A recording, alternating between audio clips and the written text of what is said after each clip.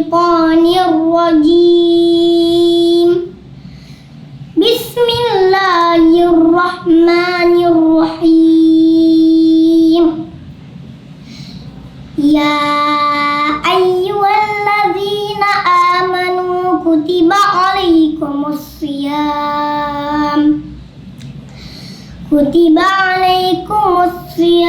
كما كتب على الذين من قبلكم لعلكم تتقون أياما معدودات فمن كان منكم مريضا أو على سفر فعدة من أيام أخر وعلى الذين يطيقونه فدية طعام مسكين فمن تطوع خيرا فهو خير له وأن تصوموا خير لكم إن كنتم تعلمون شهر رمضان الذي أنزل فيه القرآن هدى للناس وبينات من الهدى والفرقان فمن شهد منكم الشهر فليصم ومن كان مريضا أو على سفر فعدة من أيام أخر يريد الله بكم اليسر ولا يريد بكم العسر ولتكملوا العدة ولتكبروا الله على ما هداكم ولعلكم تشكرون صدق الله العظيم.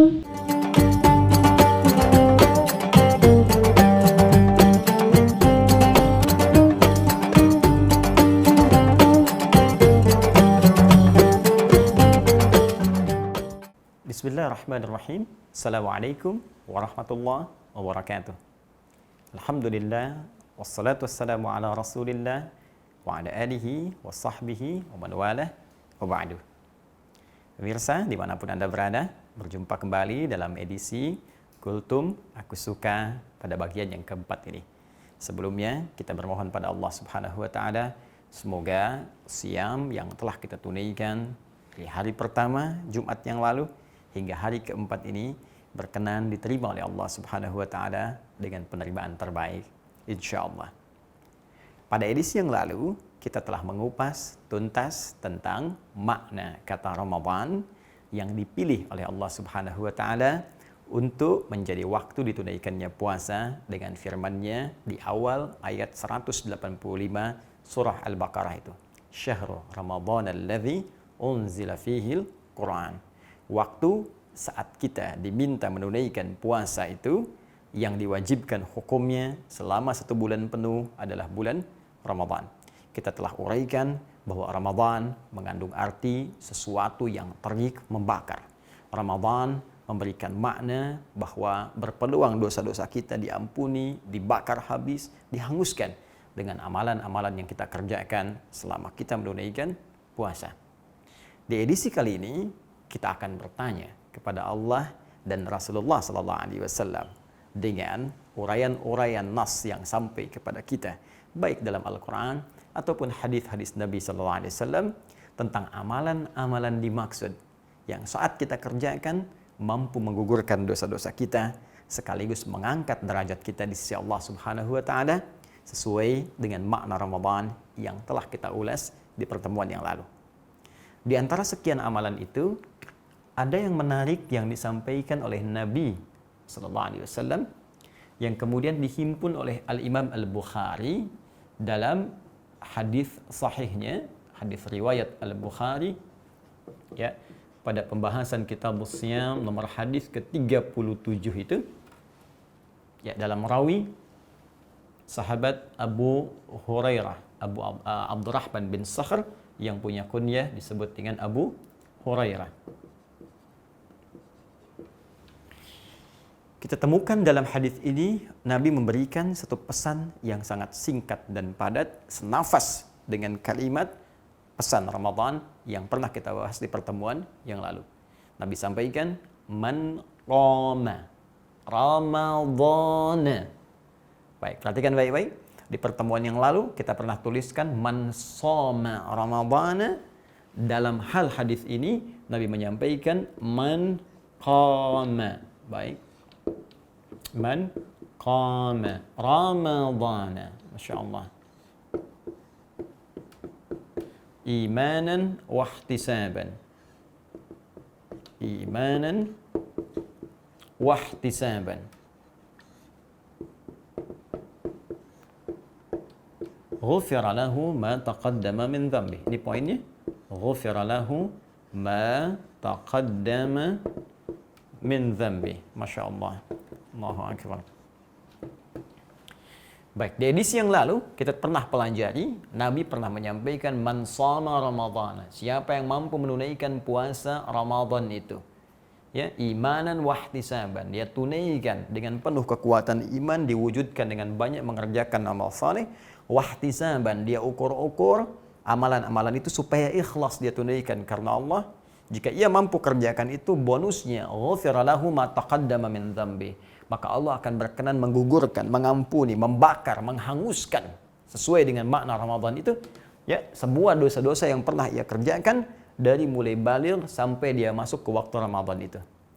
Nah, sekarang di antara amalan saat puasa itu, apa yang bisa kita kerjakan sehingga makna Ramadan menggugurkan, menghanguskan dosa-dosa itu bisa kita raih, sekaligus wujudnya berupa ampunan Allah Subhanahu wa taala bisa kita dapatkan. Ternyata di antara amalan itu adalah kalimat Nabi yang langsung memberikan redaksi serupa, tapi kemudian menspesifikkan amalan dengan kalimat qama. Perhatikan kalau Anda jeli melihat semua urutan ini sama. Ramadhana imanan wa ihtisaban ghufira lahu ma taqaddama min dhanbi. Sama persis dengan kalimat sebelumnya. Anda lihat uraian saya dalam edisi-edisi yang lalu, maka Anda bandingkan dengan tulisan yang lalu, Anda akan temukan kalimat ini sama. Yang berbeda hanya di sini. Bila yang dulu shoma, puasa, yang ini qama. Ya, qama, qiyam. Tidak disebutkan kalimat-kalimat qama, qiyam dan turunannya, derivasinya. Aqama, yuqimu, iqamah. Aqimu, yuqimun, kecuali dipahami dengan satu makna, yaitu salat. Ya, yaitu salat. Ya, karena itu kalimat-kalimat salat yang berupa ibadah dibuka dengan takbir, ditutup dengan salam, yang terkandung dalam Al-Quran dan hadis-hadis Nabi SAW, seringkali perintahnya diawali dengan turunan kata qama ini. Ya, qama bisa qiyam, bisa aqimu, aqama, yuqimu, yuqimun. Ya, perintah salat pertama di Al-Baqarah ayat 3 itu, ya, alladzina yu'minuna bil ghaib wa yuqimunas shalah. Sebelum kata salat yuqimun. Al-Baqarah 43 wa aqimus shalah wa atuz zakat. Ya. Quran surah ke-17 misalnya ayat 78 aqimis shalata liduluqis syamsi. Aqim. Baik. Sehingga ketika Anda temukan kalimat qama dan turunan qama, aqama, yuqimu, aqim, itu selalu identik atau disandingkan dengan satu ibadah yang disebut dengan salat. Dan pernah saya jelaskan di pertemuan lalu, kalimat qama, qiyam, aqim menunjukkan kesempurnaan. Seakan-akan Allah yang memberikan gambaran, Nabi ingin menegaskan jangan sampai sekedar salat, tapi salatnya tunaikan dengan sempurna. Baik, kembalikan ke sini. Jadi kita bisa terjemahkan man, siapapun, laki-laki, perempuan, besar, kecil, tua, muda, sepanjang dia beriman, punya kualifikasi menunaikan ibadah puasa. Kemudian saat di waktu Ramadan itu, qama, dia menunaikan ibadah salat Ramadan yang spesifik khusus ditunaikan pada bulan Ramadan. Masya Allah. Jadi ada salat yang sangat dikenal, dikerjakannya di Ramadan. Ya, di waktu lain, Ya, kita bisa tunaikan sholat di malam hari. Cuma yang ini spesial. Ya, Ramadan lebih aktif lagi, Ramadan lebih banyak lagi. Sehingga seakan-akan sholat itu di masyarakat luas dikenal dengan, ini spesifik dengan Ramadan nih. Waktunya datang saat Ramadan. Walaupun sesungguhnya sholat malam di luar Ramadan pun bisa kita kerjakan. Ya, sholat siang juga banyak dikerjakan. Tapi yang ini, orang melihatnya ini spesifik Ramadan nih. Ini spesifik Ramadan. Masya Allah. Jadi ada amalan khusus di bulan Ramadan berupa sholat dan disandingkan dengan kalimat Ramadannya. Seakan-akan memberikan isyarat kepada kita, sholat ini tidak biasa. Yang kalau Anda kerjakan dengan benar, maka dampak Ramadan akan muncul di situ. Membakar semua dosa-dosa yang pernah kita kerjakan sebelumnya. Dari mana taunya? Ini lihat kalimat akhirnya. Ghufira lahu ma taqaddama min dzambi. Ya, man qama ramadhana, siapapun yang mampu menunaikan salat di saat-saat hari-hari Ramadan itu, imanan wahtisaban, dengan penuh kekuatan iman, amalannya benar, wahtisaban, penuh keikhlasan, ghufira lahu ma taqaddama min dzambi, maka akan berpeluang diampuni oleh Allah Subhanahu wa taala, dibakar habis ma taqaddama min dzambi, seluruh dosa-dosa yang pernah dikerjakan itu.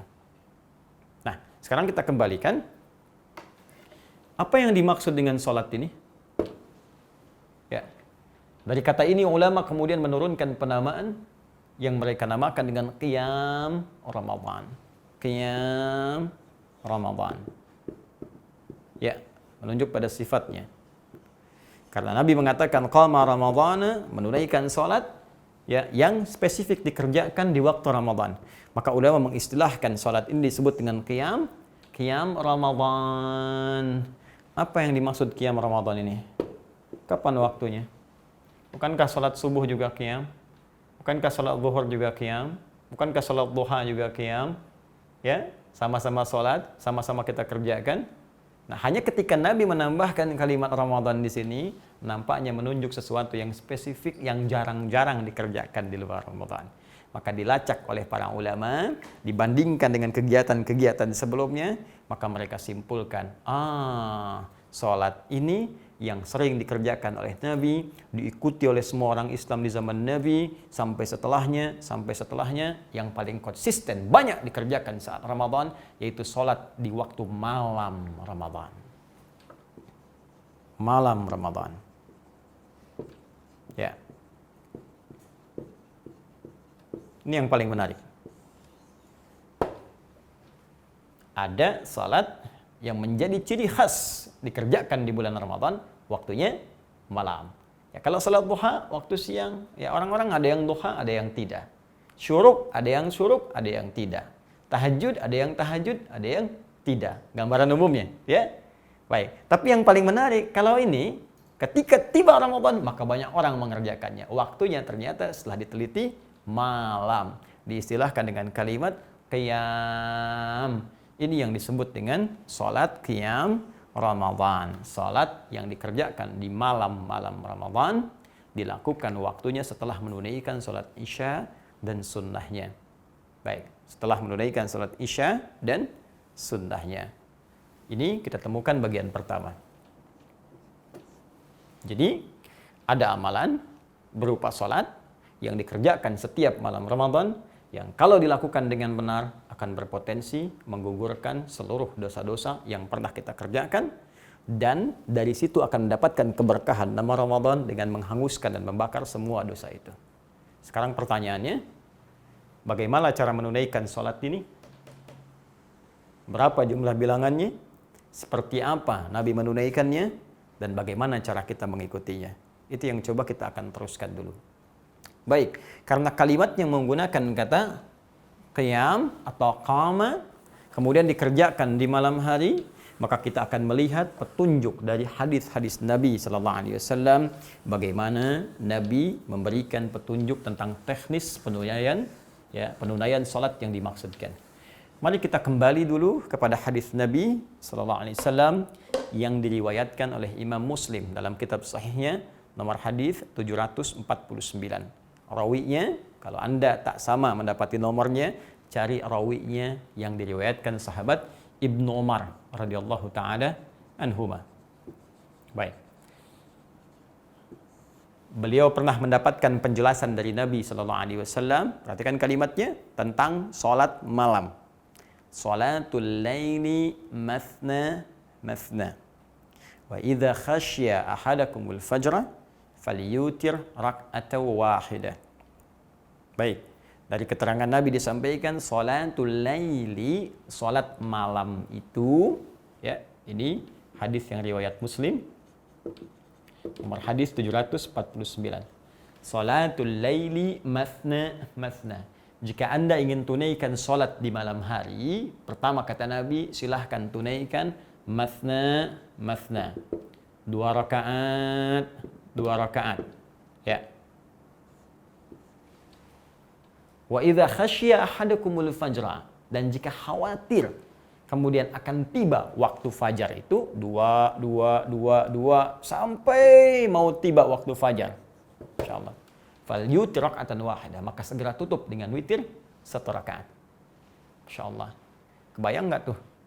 Berapa banyak rakaatnya? Dari ba'da Isya ya sampai kemudian terbuka peluangnya sampai menjelang fajar. Ya, 2 dulu, setelah itu jeda, 2 lagi, setelah itu jeda, 2 lagi, sampai ke menjelang fajar, diduga fajar akan segera tiba, silahkan tutup dengan 1 rakaat. Fokus baik-baik. Keterangan hadis ini memberikan dasar kepada kita bahwa sholat malam, khususnya yang ditunaikan dalam malam Ramadan itu, satu, dari segi jumlah bilangannya, Nabi tidak memberikan batas spesifik. Ya, tidak ada batas. Silakan. Yang penting Anda tunaikan dulu. Ya, tunaikan 2 rakaat, jeda dulu. Tunaikan 2 rakaat, jeda dulu. Kalau khawatir fajar tiba, ya mungkin ada yang sholatnya jam 3. Ya kan? Ada yang sholat jam 2. Kalau sholat jam 3 mungkin dapat berapa? 2 rakaat, 2 rakaat, 2 rakaat. Mungkin ada yang 10 rakaat, dapat witir 1 jadi 11. Kalau dari yang jam 2, ya mungkin dapat 20. Kalau dari yang jam 9, jam 8 atau semampunya, bisa jadi rakaatnya tidak berbilang. Karena itu nanti di kalangan sahabat, ada yang sampai 11, ada yang sampai 23, ada yang sampai bahkan 36, tambah witirnya kemudian ada yang 1, ada yang 3, ada yang 40 rakaat. Jadi pertama, dari segi bilangan tidak ada jumlah spesifik yang langsung disebutkan Nabi sallallahu alaihi wasallam, tapi Nabi memberikan dasar tunaikan dengan 2, kemudian istirahat dulu, 2, istirahat dulu sampai kita merasakan kenikmatan, tutup dengan 1 rakaat sebelum tiba waktunya fajar. Ini kalau kita tanyakan, ya Rasulullah, kalau nggak ada batas nanti setiap orang bisa beda-beda. Nanti ada yang 2, yang penting kata Nabi 2. Salat 2, tutup dengan witir 1. Nanti ada yang 4, tutup witir 1. Nanti di sana ada yang 6, sana ada yang 8, sana ada yang 10, witirnya 1, dan seterusnya. Maka adakah di antara sekian keterangan Nabi itu yang memberikan contoh kepada kita standarnya berapa kalau ingin ngambil standar? Supaya tidak semua orang itu kemudian kreatif mengambil bilangan masing-masing. Walaupun diperbolehkan, tapi kalau ada standar, enak menunaikannya.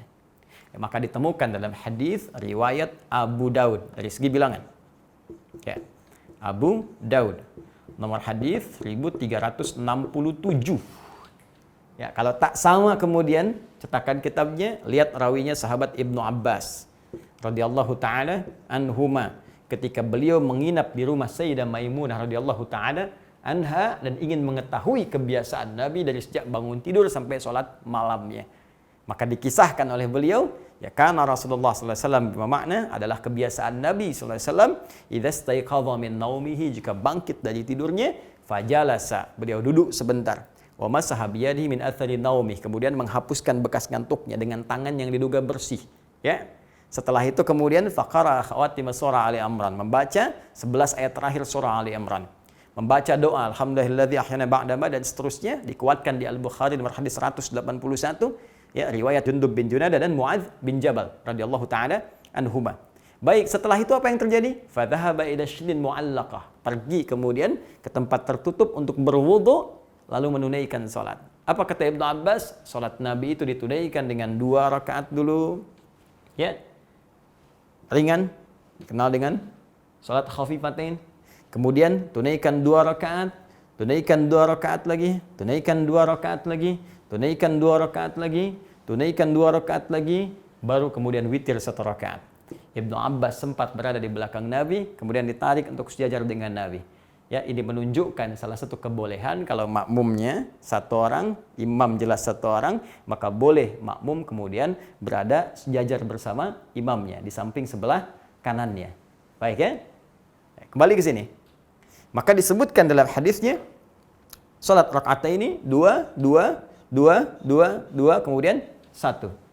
Dan ini sebagai pembukanya, warming up-nya, supaya menghadirkan kekuatan untuk fokus dalam sholat. Kalau kita jumlahkan 1, 2, 3, 4, 5. Ya, 5 dikali 2, 10, tambah 1. Maka ini bilangan yang menunjukkan 11 rakaat standar yang pernah dikerjakan oleh Nabi SAW. 11 rakaat, saya ulang, standar yang pernah dikerjakan oleh Nabi SAW bersama Ibnu Abbas radhiyallahu ta'ala anhuma. Apakah Ustaz formasinya cuma 2? Tidak. Ada juga di Al-Bukhari.